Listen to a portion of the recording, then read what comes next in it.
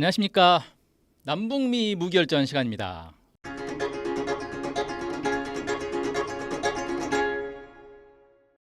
네, 오늘 또 질문이 들어왔습니다. 질문이라고 할지 이게 의견이라고 할지 좀 애매한데 두 가지가 있습니다. 얘기를 해보죠.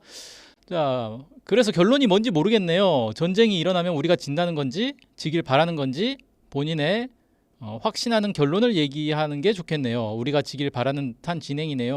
뭐 이렇게 의견을 남기셨어요. 이게 뭐 질문은 아니겠죠? 의견이겠죠. 자, 두 가지 얘기를 좀 해야 되겠는데요. 하나는 제가 이제 이 미사일과 관련된 이야기들을 했단 말이에요. 그래서 뭐 한국의 미사일, 미국의 미사일, 그다음에 미사일 요격 시스템 뭐 이런 거에 대해서 얘기를 했는데 그래서 뭐 전쟁 나면 지느냐라고 지금 이제 의견을 다신 거예요. 전쟁 승패를 무기만으로 판단합니까? 그렇지 않죠. 그렇게 안 되죠. 무기가 좋으면 전쟁 이긴다. 베트남 전쟁 그러면 미국이 베트남보다 무기가 나빠서 졌습니까? 아니죠. 훨씬 좋았죠. 어마어마하게. 그래도 져요. 왜? 전쟁이라는 거는 여러 가지 요인이 복합해서 승패를 좌우하는 거지. 무기 하나가 갑자기 좋은 무기 하나 딱 나타나면 무조건 이기고 이런 건 아니잖아요. 물론 그런 전쟁도 있습니다. 무기가 결정적인 영향을 끼친 승패를 가른 그런 전쟁도 있어요. 하지만 모든 전쟁이 그렇지는 않다는 겁니다. 그런 전쟁도 있고 아닌 전쟁도 있다. 그래서 무기 가지고 무기 하나 딱 보여주고 이거는 우리보다 무기가 좋네요. 그럼 뭐 전쟁 지냐? 이런 식으로 하는 거 사실 이게 뭐 감정적인 대응 아닙니까? 자, 그렇게 판단할 문제가 아니다. 전쟁이라는 건. 그다음에 또 하나는 이렇게 방금도 나왔지만 감정적으로 이렇게 반응을 하는 건 참 불편하죠. 왜 이거를 전쟁에서 이기느냐 지느냐를 감정적으로 판단할 문제가 아니잖아요. 막 지면은 막 못 견디고 막 그런 게 막 느껴져요.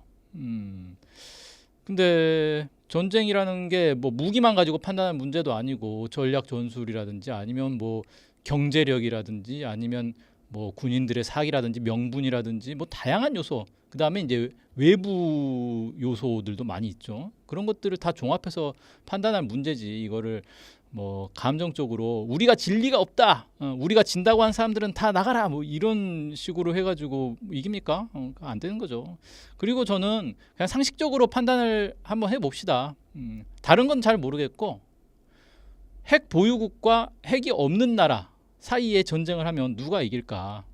이런 거 한번 판단해 볼 필요는 있겠죠.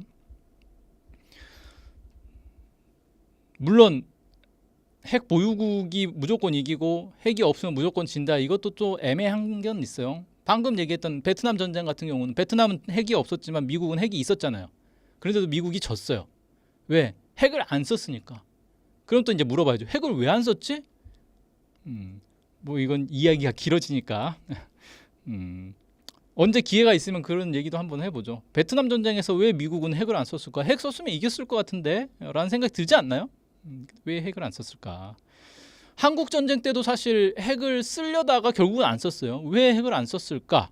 이거 한번 뭐 생각해 볼 얘기긴 한데 저희 방송이 무기를 다루는 거지 전략을 다루는 방송은 아니라서 모르겠습니다. 나중에 기회가 되면 전략도 한번 다뤄보겠습니다.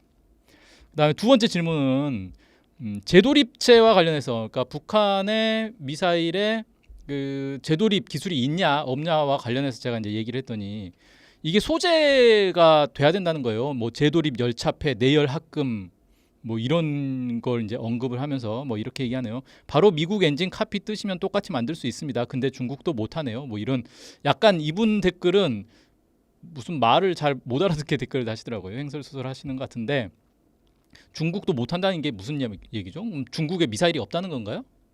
중국이 대륙간 탄도미사일 만든 건 미국도 인정하는 건데 이런 이상한 댓글을 다셨어요. 근데 재도립 기술과 관련해서는 소재가 제일 중요한 건 맞습니다. 그런데 그 소재가 미국만 만들 수 있는 거냐? 아니죠.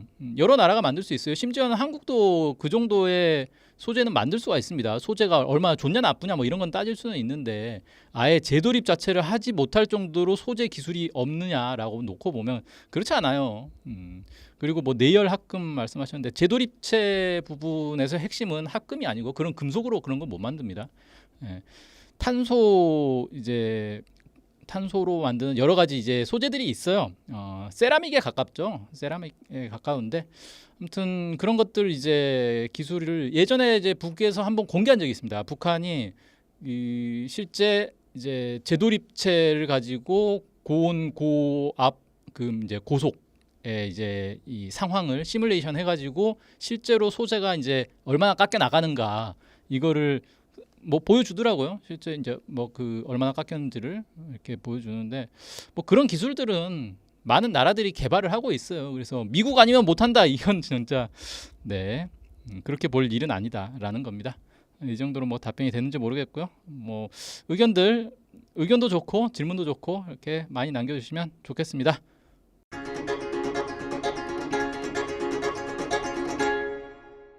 오늘은 에이테크მს에 대해서 살펴보도록 하겠습니다. 자, 이제 지난 시간까지 장거리 미사일 ICBM을 살펴봤다면 오늘부터는 이제 중단거리 미사일을 살펴본다 이렇게 보시면 될 것 같아요. 먼저 미국부터 살펴볼 건데요. 2차 세계대전이 끝나고 미국이 독일의 V2 로켓 기술을 습득해서 미사일을 이제 개발을 하기 시작합니다. 물론 미국이 아무 기술도 없는데 독일 기술자들 그냥 데려와가지고 개발한 건 아니에요. 미국 자체에도 당연히 로켓 기술이 있었죠. 그걸 이제 독일의 기술을 도입을 해가지고 더 빨리 발전한 거다 이렇게 보시면 될 것 같아요. 그래서 여러 종류의 단거리 탄도 미사일을 만들었는데 점점 더 좋은 걸로 이렇게 개량해가면서 만들었겠죠. 그러다가 오늘날에는 이제 MGM-140 에이테크მს를 사용하게 됩니다. 자, 에이테크მს는 약칭이에요. 육군 전술 미사일 체계, 아미 택티컬 미사일 시스템의 약칭입니다. 그래서 우리는 에이테크მს라고 발음을 하지만 실제 미국에서는 어테크მს라고 발음을 해요. 전혀 다르게 발음을 하죠. 자, 에이테크ම්스 재원을 살펴봅시다. 먼저 제작사는 록히드 마틴, 미국의 대표적 군수업체 중에 하나죠. 그 다음에 제식 번호는 MGM-140 에이테크ම්스, 길이가 4m 꽤 길죠? 지름이 0.61m, 61m면 한 이 정도 되겠네요. 예. 그 다음에 무게가 최대 1670kg이라고 했습니다. 최대라는 얘기는 탄두를 얼마를 싣느냐 뭐 이런 거에 따라서 달라지는 거예요. 그다음에 날개 폭, 이게 그 뒤에 날개가 있습니다. 날개를 딱 펼쳐가지고 이제 날아가게 돼 있어요. 날개 폭이 1.4m라고 합니다. 엔진은 고체 연료 로켓 엔진을 쓰고요. 사거리가 최대 300km라고 되어 있습니다. 최대라는 얘기는 더 짧은 것들도 있다는 거예요. 그다음에 최고 고도가 50km고요. 최대 속도는 마하 3으로 날아갑니다. 그러니까 단거리 미사일이기 때문에 뭐 ICBM 같은 경우 마하 20 막 이렇게 날아가잖아요. 근데 단거리 미사일은 그렇게까지 속도가 나오진 않아요. 마하 3 나오고요. 유도 방식은 관성 유도와 위성 유도를 함께 씁니다. 이게 이제 어떻게 되는 거냐면 관성 유도를 쓰면서도 위성 유도, 즉 GPS 신호를 받아가지고 자기 위치를 확인하는 거예요. 그럼 관성 유도만 이용하면은 이 관성 유도는 오차가 발생할 수 있기 때문에 날아가면서 점점 오차가 발생합니다. 그러면은 실제 도달할 때쯤 되면 오차가 상당히 커질 수가 있어요. 그래서 날아가다가 중간에 GPS 위성 신호를 받아가지고 지금 오차가 어느 정도 발생했네. 그러면 왼쪽으로 10도 꺾어 뭐 이런 식으로 이제 하는 거죠. 이게 최초 배치가 1991년입니다. 그러니까 지금 30년도 더 된 무기인 거죠. 자, 그다음에 이제 발사대가 특이한데 M270과 하이마스를 이용한다라고 돼 있는데 M270은 다연장 로켓포, 방사포입니다. 하이마스도 마찬가지고요. 그러니까 다연장 로켓포에다가 미사일을 탑재해서 쏘는 그런 이제 방식이에요. 별도의 에이테크ම්스만의 발사대가 없는 거예요. 매우 특이하죠. 그다음에 가격은 82만 달러라고 하는데 이건 뭐 이제 저번에도 말씀드렸듯이 무기 가격이라는 건 사실은 부르는 게 값이에요. 언제 판매하느냐, 어느 나라에 판매하느냐, 뭐 옵션을 뭘 넣느냐에 따라서 천차만별입니다. 그리고 그냥 에이테크ම්스 미사일 하나 딸랑 파는 게 아니라 발사대도 있어야 될 거 아니에요. 그 다음에 관련된 기술과 여러 가지 이제 끼워 파는 그런 이제 부품들이 또 있어요. 이런 것들에 따라서 가격은 뭐 천차만별로 달라질 수 있습니다. 자, 아무튼 이 에이테크스 전에는 MGM-52 랜스라는 미사일이 있었어요. 이 미사일을 대체하기 위해서 이제 개발한 미사일이 에이테크스다 이렇게 보시면 될 것 같고, 탄두에 따라서 종류가 여러 가지가 있습니다. MGM-140A 혹은 M39라고도 부르고요. 그다음에 이게 블록 1입니다. 그다음에 블록 1A가 있어요. MGM-140B 혹은 M39A1 뭐 이렇게도 있고, M48이라는 것도 있고, M57이라는 것도 있고, 크게 네 가지인데 이거 말고도 또 자잘하게 더 날리는 게 있어요. 자, 이제 뭐가 다른가 보면은, 일단 블록 1은 M74라는 자탄이 있습니다. 이 자탄이 뭐냐면은 슈루탄 같은 거예요. 작아요. 슈루탄 같은 건데 자그마한 폭탄 위에 이제 리본 같은 게 달려 있어요. 그래서 이게 투하를 하면은 이 리본이 공기 저항이 크잖아요. 그래서 이 자세를 이렇게 딱 바로 세우는 거예요. 리본이 위로 가도록 이렇게 세우는 겁니다. 그래서 쭉 떨어져서 바닥에 닿으면 그 충격에 의해서 이제 폭발을 하는 그런 방식이겠죠. 이 M74 자탄이 950개가 들어갑니다. 그래서 560kg, 총 560kg의 탄두 무게가 있고요. 전체 미사일 무게는 1670kg이고 사거리가 165km입니다. 그러니까 아까 사거리 300km라고 하지 않았냐? 이게 최대 300km라는 거고, 블록 1 같은 경우는 165km가 최대 사거리라는 거예요. 그다음에 원형 공산 오차가 300m입니다. 원형 공산 오차, 지난 시간에 이제 말씀드린 것처럼 반경 300m 원 안에 전체 그 여러 발을 쐈을 때 그 중에 절반이 이 안에 들어간다라는 거예요. 그러니까 오차가 어마어마하게 큰 거잖아요. 아니 무슨 미사일이 정밀도가 이렇게 떨어지냐라고 할 수 있는데, 얘가 특징이 자탄을 사용한단 말이에요. 950개의 자탄을 뿌리는 거잖아요. 그렇기 때문에 오차가 커도 상관없어요. 그 넓은 범위에다가 그냥 자탄을 뿌리는 게 목적이기 때문에 정확하게 날아갈 필요가 없는 거예요. 대충 그 위치에 가면 되는 거예요. 그렇게 만든 거고, 그래서 굳이 정밀도를 높이지 않았다는 겁니다. 정밀도를 높이려면 어떻게 해야 돼요? 유도 장치를 더 비싼 걸 써야 돼요. 가격이 올라가겠죠. 그럼 안 되잖아요. 그래서 굳이 그렇게 비싼 부품을 쓸 필요가 없기 때문에 싸구려 부품을 써서 가격을 이제 낮추는 거죠. 자, 블록 1A 같은 경우는 MGM-140B 혹은 M39A1이라고도 부르는데, 탄두가 M74 자탄 아까 똑같죠? 300개가 들어갑니다. 아까는 950개가 들어갔는데 이번에는 300개만 들어가요. 그래서 탄두 무게가 160kg밖에 안 됩니다. 그래서 전체 무게가 132kg으로 1320kg으로 낮아져요. 그럼 어떻게 되겠습니까? 더 멀리 날아가겠죠. 그래서 사거리가 300km가 되는 겁니다. 그러니까 이게 뭐냐면은 사거리가 165km라서 너무 짧은데 그러면 탄두를 좀 줄이고 더 멀리 날려보내자 이렇게 된 거예요. 그러니까 폭발력을 키우는 대신 사거리를 줄일 거냐, 폭발력을 줄이는 대신 사거리를 늘릴 거냐의 문제인 거예요. 대신에 이건 자탄이 300개, 거의 3분의 1밖에 안 들어가기 때문에 원형 공산 오차가 25m로 정밀도를 높였습니다. 좀 더 정확하게 맞춰야겠죠. 그 다음에 M48이라는 게 있는데, 이거는 탄두가 단일 탄두예요. 그러니까 자탄이 여러 개가 들어가 있는 게 아니고 탄두 하나만 딱 있는 거예요.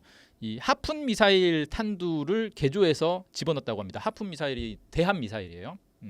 그러니까 이거는 이제 단일 탄두 자체가 폭발력이 매우 큰 거죠. 아까 나왔던 그 자탄 M74 자탄은 말 그대로 슈루탄 정도 수준이에요. 슈루탄보다도 아마 폭발력이 작을 거예요. 이 다시 M48로 돌아와서 이 탄두 WAU-23B라고 했는데 무게가 230kg입니다. 230kg이니까 아까 이제 블록 1이나 블록 1A의 중간 정도 되는 거죠. 그래서 이거는 이제 무게가 1480kg 나가고 사거리는 300km 나갑니다. 이것도 원형 공산 오차가 25m예요. 정밀도를 높여야겠죠. 왜냐하면 단일 탄두 이건 정확하게 맞추지 않으면 의미가 없어요. 그래서 이런 단일 탄두는 인마살상용이 아니라 건물 파괴용이다라고 보는 게 맞아요. 인마살상용이라는 게 뭐냐면 대인, 그러니까 사람이나 말하는 게 말이잖아요. 옛날에는 말이지만 요즘 전쟁 때 누가 말 타고 다닙니까? 어떤 군인이? 그러니까 뭐 자동차 이런 거 따지시면 돼요. 자동차나 오토바이 정도 같은 가벼운 탈 것들을 파괴할 수 있는 정도의 수준, 이제 인마살상용이다라고 보면 되는데 건물 이런 거는 건물에 쏘는 건 별 효과가 없죠. 그런데 이제 M48 같은 단일 탄두 같은 경우는 이게 폭발력이 매우 강하기 때문에 건물 같은 거 맞추면 건물을 이제 완전히 파괴시켜 버린다는 거예요. 그래서 이런 것들은 이제 용도가 다르다 이렇게 보시면 돼요. 그 다음 나온 게 이제 M57인데 얘도 탄두는 단일 탄두를 씁니다. 그런데 얘는 뭐가 다르냐면 정밀도를 그냥 높였어요. 원형 공산 오차가 9m로 더 줄어들었습니다. 더 정밀해졌어요. 이게 뭐냐? 유도 장치를 더 비싼 걸 쓴 거예요. 더 정밀한 유도 장치를 쓴 거예요. 그 차이만 있습니다. 자, M74에 대해서 좀 더 살펴보면 지름 59mm, 그러니까 6cm 정도 지름, 원통형인데 그 원의 지름이 6cm 정도 되고 무게가 590g, 600g 정도 돼요. 1kg도 안 되는 거예요. 그래서 에이테크스 위력이 축구장 3개 면적을 초토화한다라고 흔히 얘기를 하는데 이게 뭔 얘기냐면 블록 1의 경우 자탄이 950개가 들어가기 때문에 이게 공중에서 딱 터지면 흩어져요. 그래서 950개의 자탄이 축구장 3개 면적에 쫙 흩뿌려져 가지고 이게 바바바바방 사방에서 터지는 거예요. 그래서 이런 폭발은 주로 이제 병사나 자동차 정도를 파괴하는 용도로 쓰는 거고 이게 이제 건물 주변에 떨어진다. 그럼 건물은 사실 뭐 유리창 깨는 정도 수준이 되는 거죠. 자, 이렇게 폭탄 속에 자탄을 넣어서 폭발시키는 이런 걸 집속탄이라고 부릅니다. 자탄들이 이제 쫙 흩어져 가지고 넓은 범위를 공격하기 위해서 만드는 거예요. 근데 이 집속탄에 문제가 있어요. 뭐냐면은 자탄이 아까 이제 리본이 달려 있다 그랬잖아요. 이게 쭉 떨어져 가지고 충격에 의해서 딱 터져야 되는데 바닥에 예를 들어 진흙밭이다. 아니면 물이다. 그러면 바닥에 딱 떨어졌는데 충격이 약할 거 아니에요. 이게 약간 진흙이면은 약간 완충 작용이 되잖아요. 푹 들어가니까. 그러면 충격이 약하니까 안 터질 수가 있어요. 그럼 안 터지면 어떻게 됩니까? 불발탄이죠, 그게. 그래 전쟁이 다 끝난 뒤에 민간인들이 이제 다시 농사지어야겠다 하고 밭 깔려고 들어갔는데 그 불발탄 건드려가지고 터져버리는 수가 있어요. 그렇게 해서 민간인들 피해가 매우 커집니다. 특히 이게 어른들은 그거 보면 조심하잖아요. 애들은 무슨 그냥 신기하게 생긴 쇠조각이네 장난감인 줄 알고 갖고 놀다가 터져가지고 어린이들 피해가 정말 큽니다. 그래서 이 불발탄 문제가 있기 때문에 집속탄은 비인도적 무기로 분류를 해요. 그래서 2008년도에 집속탄 금지 협약이 탄생을 했습니다. 근데 정작 집속탄을 사용하는 나라들, 미국, 한국 이런 나라들은 이 협약에 또 참가를 안 했어요. 그래서 계속 씁니다. 계속 쓰는데 그래도 이제 논란이 되잖아요. 집속탄 그거 비인도적 무기인데 너네 계속 쓸 거야? 이런 문제가 있기 때문에 어떻게든 집속탄을 이제 안 쓰려는 이제 뭡니까? 신용은 하죠. 이게 진짜 선의로 안 쓰려고 노력한다기보다는 욕 먹으니까 우리 안 쓸 거야 라는 식으로 하죠. 그래서 더 이상 생산은 안 하고 다른 무기로 이제 대체하기 위해서 뭔가 개발을 하거나 이런 걸 하긴 해요. 하지만 재고가 남아 있기 때문에 그 재고는 또 버리진 않잖아요. 써요. 그래서 실제로 씁니다. 자, 그다음에요. 에이티큼스의 중요한 특징으로 발사대 얘기를 다시 해볼게요. 이게 어떤 특징이냐면은 M270 다연장 로켓이 있는데 여기에 에이테큼스를 2발을 탑재할 수가 있어요. 근데 겉보기에는 똑같습니다. 그냥 다연장 로켓인지 안에 에이테큼스가 들었는지 구분이 안 돼요. 그러니까 이제 전쟁을 할 때는 정찰을 하잖아요. 정찰할 때 저기에 다연장 로켓포 차량이 발견이 됐다. 그러면은 그래? 다연장 로켓포 사거리가 몇 킬로미터니까 그 반경 안에 있는 우리 편들은 다 뒤로 후퇴를 해. 이런 식으로 작전을 짠단 말이에요. 그런데 거기 알고 보니 사거리가 수백 킬로미터가 되는 미사일이 들어 있었다. 그러면 이제 문제가 되는 거죠.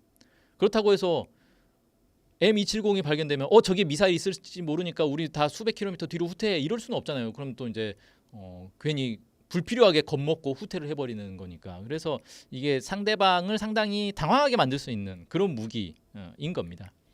자, 적을 기만하는 데 쓰인다라는 거죠. 에이테큼스가 1990년대부터 이제 배치가 됐으니까 실전 배치된 지는 30년도 더 된 무기고요.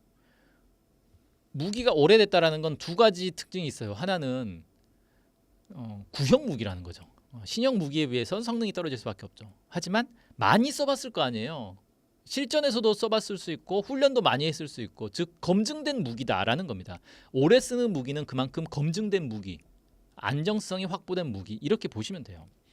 이 에이테크음스가 이라크 전쟁 등에서 500발 넘게 사용이 됐다 그래요. 그래서 안정성이 확실히 이제 확보됐다는 장점이 있어요. 근데 문제는 최신 기술이 반영이 안 돼 있죠. 물론 최신 기술이 나올 때마다 거기에 이제 반영을 하려고는 하는데 미사일 자체를 아예 근본적으로 뜯어 고치는 수준으로는 반영을 못 하죠. 그런 단점이 있습니다. 개량까지만 할 수 있는 거예요. 예를 들어서 북한의 단거리 탄도 미사일 같은 경우는 요즘은 풀업 기동을 기본으로 다 하더라고요. 풀업 기동이라는 게 뭐냐면 미사일 쏘면 이게 탄도 미사일은 탄도를 그리면서 포물선을 그리면서 이렇게 날아가잖아요. 근데 풀업 기동은 이렇게 쭉 날아가다가 떨어지다가 다시 올라갔다가 떨어지는 이런 기술이에요. 이런 기술을 왜 쓰느냐? 요격을 피하는 게 일단 1차 목표입니다. 요격을 피하기 위해서 이렇게 회피 기동을 하는 거죠. 그리고 그 요격을 피하는 것과 연관돼 있는데 어디로 떨어질지를 예측을 못하게 하는 거예요. 여기에 떨어지겠네라고 했는데 다시 올라가서 더 멀리 떨어지네? 뭐 이렇게 되는 거니까 어디에 떨어질지 알 수 없게 만드는 그런 효과도 있다라는 겁니다. 근데 이런 거 이제 에이테크음스는 구현을 못하죠. 그 다음에 오래된 미사일의 또 단점이 하나 있는 게 뭐냐면 상대방이 거기에 대비를 할 수가 있잖아요. 그러니까 에이테크음스 같은 경우 이번에 우크라이나전에서 에이테크음스를 미국이 썼단 말이에요. 그런데 불발탄이 나와 버렸어요. 그래가지고 러시아 그걸 회수를 했어요. 그래가지고 에이테크음스 기술을 다 파악을 해버렸어요. 그래서 에이테크음스에 대비할 수 있는 방법을 연구를 하고 있다 이렇게 발표를 했거든요. 그만큼 이제 기술이 노출되기 쉽다라는 거죠. 그러면 이제 에이테크음스의 약점을 다 러시아에 뺏겼기 때문에 그 다음에는 에이테크음스를 대체하는 다른 미사일을 만들어야 되는 거예요. 그런 상황이 되는 겁니다. 자, 어쨌든 미국은 2007년에 에이테크음스 생산을 종료를 했습니다. 종료를 하고 나머지는 어떻게 하느냐? 재고는 쌓여 있을 거 아니에요. 수명 연장 작업에 들어갔다라고 합니다. 그래서 수명은 계속 연장하면서 이거 다 쓸 때까지는 계속 놔두는 거예요. 자, 그렇게 하기 위해서 집속탄 탄두를 단일 폭탄 탄두로 이제 교체를 하는 작업을 하고 있다. 아까 말씀드린 것처럼 집속탄 탄두는 이제 논란이 되니까 그런 건데 전원 전체를 다 교체한 것 같지는 않아요. 그 다음에 에이테크음스를 대체하는 미사일이 있어야 될 거 아니에요. 이제 생산을 중단했으니까 더 이상 안 만드는 게 아니잖아요. 그렇게 해서 나온 게 PRSM, 프리시즌 스트라이크 미사일이라는 겁니다. 뭐 프리즘이라고 읽기도 하고요. 자, 이거는 2023년에 실전 배치를 했습니다. 2023년 12월에 실전 배치를 했다. 미 육군에서 최초 인도를 받았다라고 얘기를 했는데 이게 약간 좀 애매한 게 뭐냐면은 일단 목표가 2023년 실전 배치였는데 목표를 달성을 한 거예요. 미국의 무기치고는 상당히 약속을 잘 지켜서 개발을 했죠. 근데 이 미사일에 대한 정보가 거의 공개된 게 없습니다. 뭐 사거리가 어떻게 되고 탄두 무게는 어떻게 되고 뭐 어떤 특징이 있고 이런 거에 대해서 별로 공개된 게 없어서 모르겠어요. 진짜 실전 배치된 거 맞는지도 뭐 잘 모르겠어요. 아무튼 뭐 개발을 했다고 합니다. 뭐 단거리 미사일 개발하는 게 그렇게까지 어려울까 싶긴 하고요.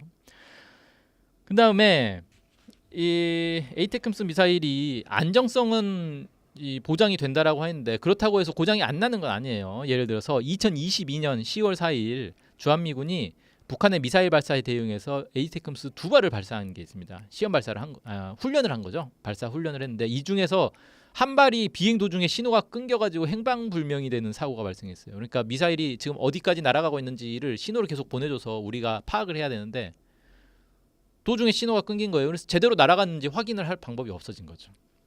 그런 문제가 있었다는 겁니다. 자, 그 다음에 미국은 1987년에 소련과 중거리 핵전력 조약 INF라는 걸 체결을 했어요. 그래서 사거리가 500에서 5,500km 사이에 이 중거리 탄도 미사일 모두 폐기를 했죠. 이거는 뭐 아마 지난 시간에 또 말씀드렸던 것 같아요. 그래서 근데 또 2019년에 트럼프 정부가 중거리 핵전력 조약을 파기를 선언을 했어요.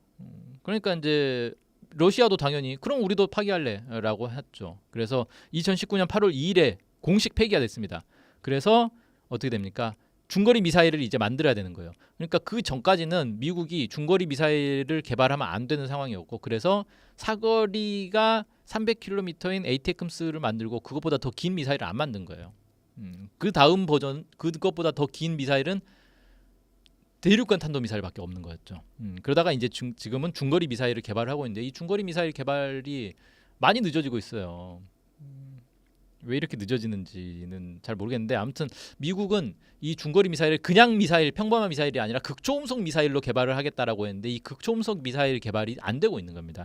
그래서 어디선가에서는 중거리 미사일을 개발해서 실전 배치했다는 식의 뉴스가 나왔는데 자세히 뜯어보면 실전 배치한 거 아니에요. 그냥 훈련하려고 일시 배치한 걸 가지고 실전 배치했다라는 식으로 이렇게 엉터리 오보를 내는 경우들이 있더라고요. 아직까지는 지금 2025년 3월까지는 아직은 배치한 게 없습니다. 자, 그래서 오늘은 에이테크მს에 대해서 쭉 살펴봤고요. 다음 시간에는 이제 한국의 미사일들에 대해서 드디어 이제 한국도 미사일 소개할 게 생겼네요. 한국 미사일 현무에 대해서 좀 살펴보도록 하겠습니다. 오늘은 여기까지 하겠습니다. 우리 이 방송이 자주시보와 촛불전진 채널로 나가고 있습니다. 유튜브 채널로 나가고 있어요. 그러니까 두 개 다 좋아요, 구독, 댓글도 많이 남겨주시고 질문 많이 남겨주시고 뭐 의견 있으면 의견도 남겨주시면 감사하겠습니다. 그러면 오늘 방송 여기서 마치겠습니다. 고맙습니다. 1급 체제에서 다급 체제로 급변하는 국제사회. 알아야 살아남을 수 있습니다. 주권연구소가 준비한 북중러 신세계와 미국의 몰락. 주요 인터넷 서점에서 구입할 수 있습니다.